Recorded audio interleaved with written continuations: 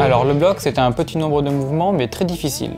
Du coup, on est dans les extrêmes, que ce soit au niveau de l'amplitude des mouvements que de la difficulté à tenir les prises. On n'est jamais encordé quand on fait du bloc. On utilise des tapis pour amortir la réception et la hauteur d'escalade n'excède généralement pas quelques mètres.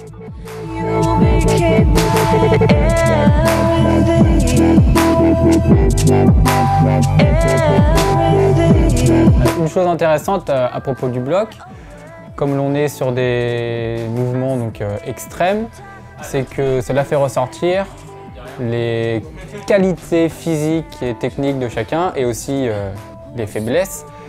Et cela implique que deux grimpeurs qui ont à peu près le même niveau ne vont pas forcément réussir à faire les mêmes choses en fonction des mouvements qui sont à réaliser et des prises qui sont à tenir.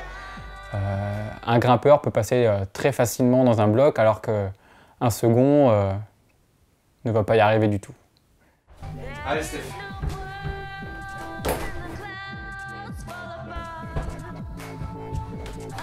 Ah, je me déboîte celle-là.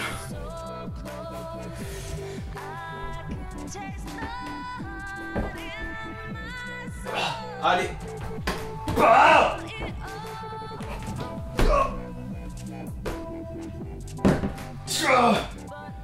Ah, ça touche le mur encore. Allez.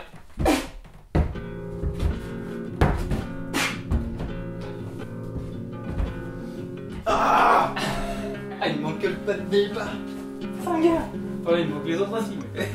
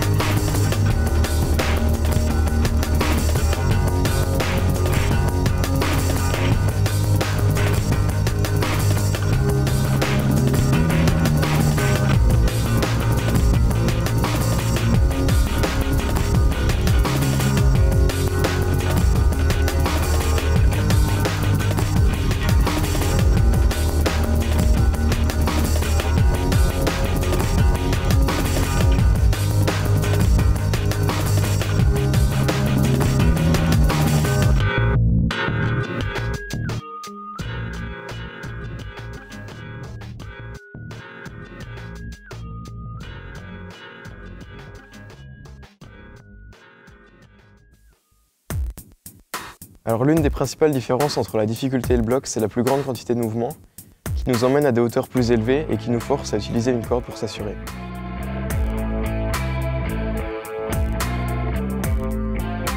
On progresse sur une voie qui est généralement une succession de prises de même couleur, et compte tenu du nombre de prises important, ça demande un effort de mémorisation plus important qu'en bloc.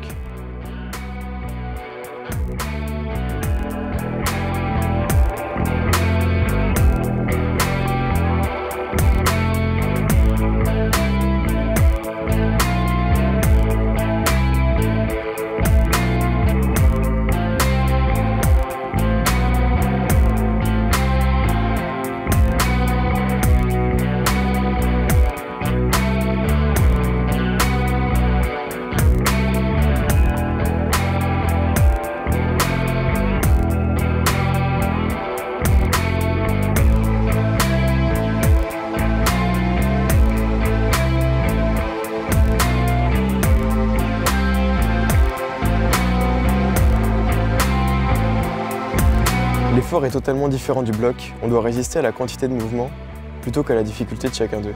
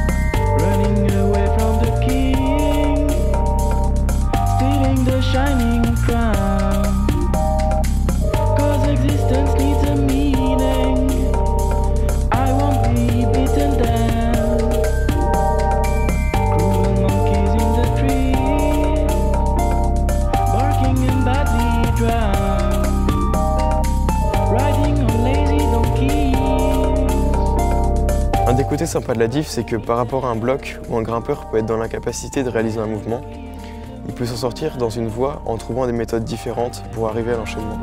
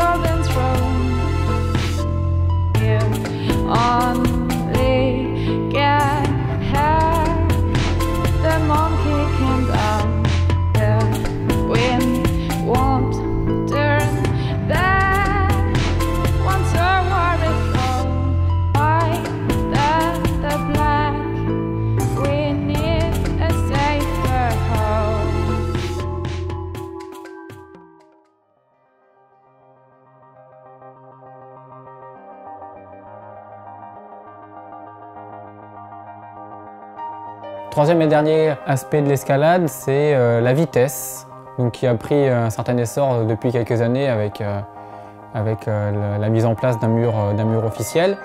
Donc la vitesse, comme son nom l'indique, c'est d'aller le plus rapidement possible en haut de la voie. Donc la voie est toujours identique, elle existe sous deux formats, une voie qui mesure 10 mètres et une autre qui mesure 15 mètres. Nous, donc à Fouesnant, on a la version de 10 mètres sur laquelle il nous arrive de nous entraîner.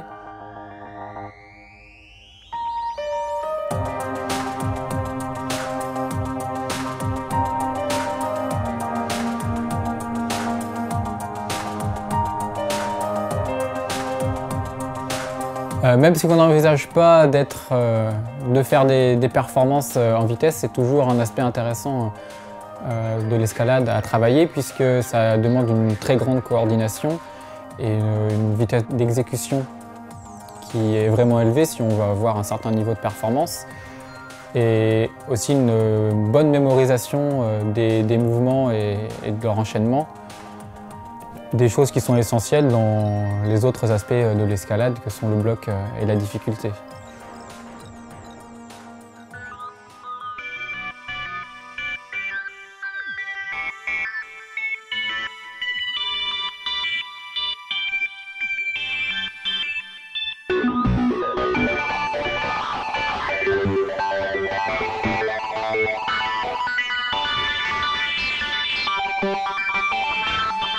You ready?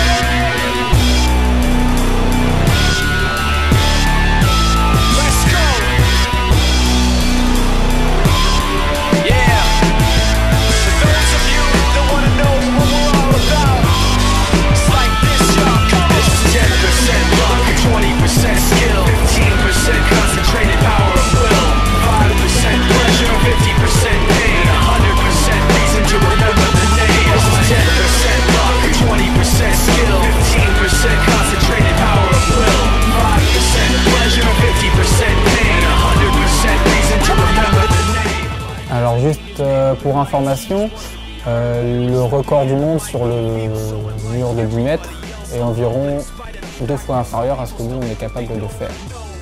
Ça vous donne une petite idée du travail qui nous reste encore à fournir. 20% skill, 15% concentrated power of will, 5% pleasure, 50% pain, and 100% remember the name.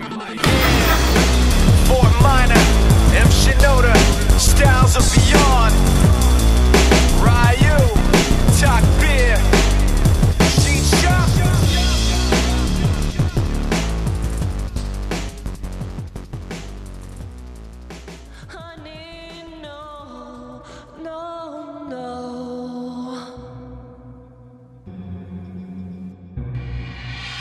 Got to reach you, I've got to see you. Let the light shine down on me. When the day breaks.